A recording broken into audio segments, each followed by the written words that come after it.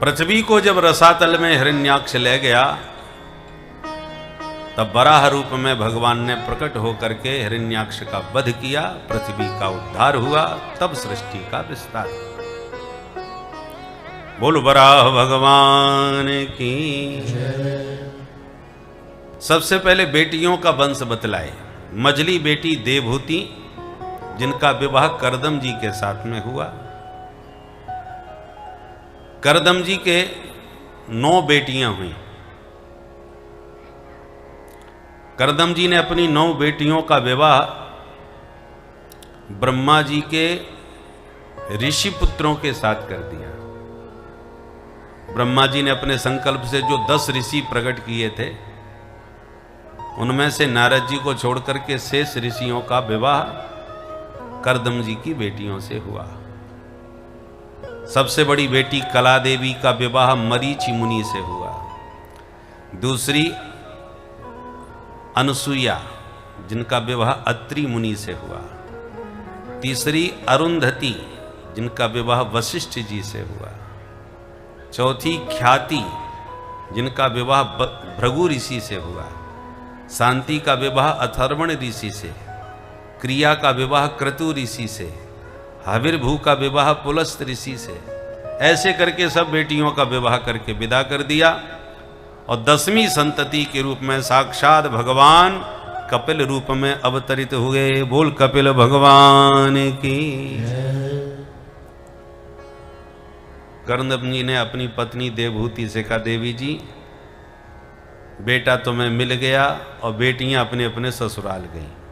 अब हमारी जिम्मेदारी घर की पूरी भई, सो अब हम चले तपस्या करने। ब्राह्मण का कर्तव्य है, जब देखो वैसे 2 मार्ग हैं, निवृत्ति मार्ग और प्रवृत्ति मार्ग। निवृत्ति मार्ग माने सन्यासी का, बैरागियों का। प्रवृत्ति मार्ग घर गृहस्थी, गृहस्थ। गृहस्थ धर्म को प्रवृत्ति मार्ग कहते हैं, और सन्यास धर्म को निवृत्ति मार्ग कहते हैं। यूं समझ लो, एक रास्ता बीच शहर में होकर के जा रहा है और दूसरा रास्ता बाईपास जा रहा है।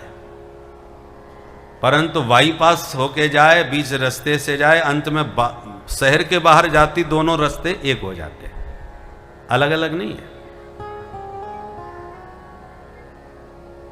दोनों में अंतर क्या है?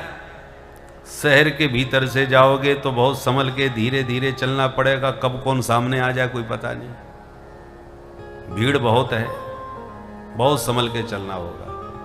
और बाईपास जाना है तो फर्राटे से गाड़ी दौड़ा के ले जाओ, कोई भीड़ नहीं, कोई ब्रेक लगाने की ज़्यादा ज़रूरत नहीं पड़ेगी, गाड़ी फर्राटे से दौड़ के जाएगी। परंतु भीतर से बीच शहर से जाने पर गाड़ी धीरे धीरे तो जाएगी, पर रास्ता छोटा होगा।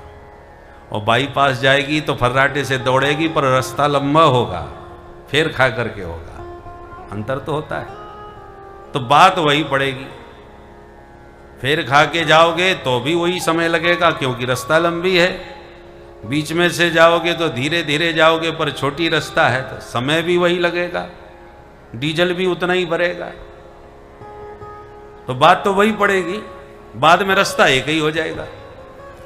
उसी प्रकार चाहे गृहस्थ मार्ग से जाओ, चाहे विरक्त मार्ग से जाओ, गृहस्थ जीवन में बड़े प्रपंच होते हैं, इसमें कोई संदेह नहीं। बेटा बेटियों का विवाह करना है, उन्हें पढ़ा लिखाना है और रिश्तेदारी निभानी है।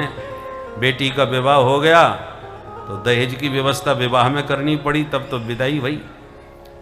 अब बेटी के बेटा हुआ तो फिर अब पक्ष की व्यवस्था करो। फिर बेटी के बेटे का जब विवाह हुआ तो भात की व्यवस्था करो। तो बहुत लंबा चौड़ा ये लेन देन चलता रहता है, इसलिए गाड़ी जरा हिसाब से चलती है।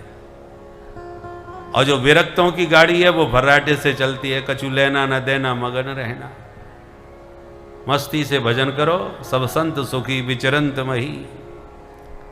तो भजन करने का भरपूर समय होता है, गृहस्थों के पास उतना समय नहीं रहता, क्योंकि प्रपंच बहुत होता है। परंतु गृहस्थ प्रपंच तो करना पड़ता है गृहस्थों को, परंतु गृहस्थों के द्वारा ही तो सन्यासी ब्रह्मचारी सब, उन सब की सेवा गृहस्थ ही तो कर पाता है।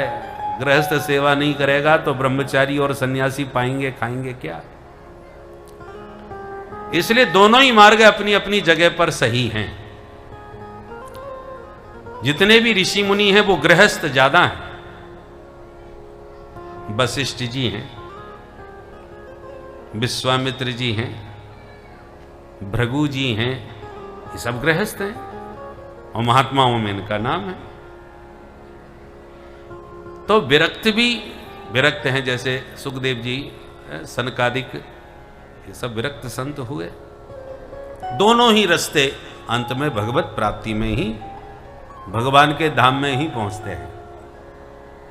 गृहस्थ के अनुसार चलो, गृहस्थ के नियमों का पालन करो, परंतु गृहस्थ जीवन में आसक्ति का भय बहुत होता है।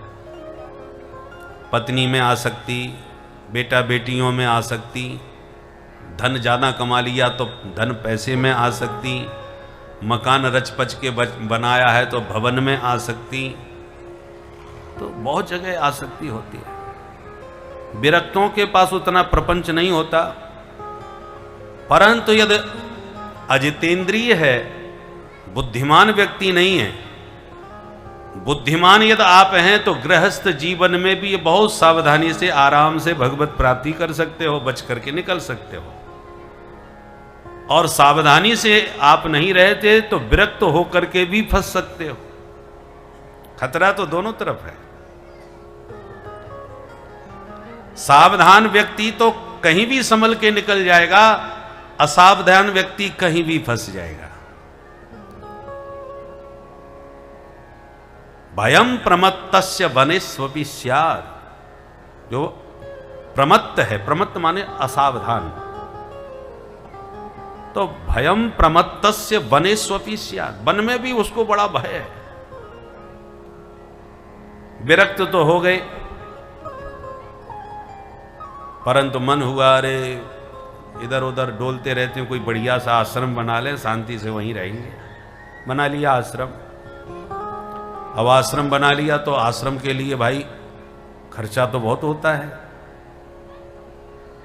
अब आश्रम में खर्चा बढ़ता है, साधु संत आते हैं, उनका भोजन पानी का प्रबंध करना पड़ता है, और मठ मंदिर कुछ बनाया जाए तो वो सब किया, तो फिर उसके लिए चेलाओं को तैयार करना पड़ा। तो रूपांतरण थोड़ा सा हो गया। गृहस्थ जीवन में उनका घर था, विरक्त जीवन में उनका आश्रम हो गया। गृहस्थ जीवन में बेटा बेटियों में आसक्ति थी, विरक्त जीवन में चेला चेलियों में आसक्ति हो गई। प्रपंच तो वहां पर भी फैल सकता है। निष्प्रपंच होकर के रहने वाला बुद्धिमान व्यक्ति है तो गृहस्थ जीवन में भी अपने आप को बचा लेगा, और असावधान है तो विरक्त होकर के भी फंस सकता है। इसलिए सावधानी तो सदैव सबको रखनी चाहिए। सावधानी हटी दुर्घटना घटी, चाहे गृहस्थ हो चाहे विरक्त हो, दोनों रास्ते अच्छे हैं। आपको कौन सा अनुकूल पड़ता है आप उस रास्ते से जाइए।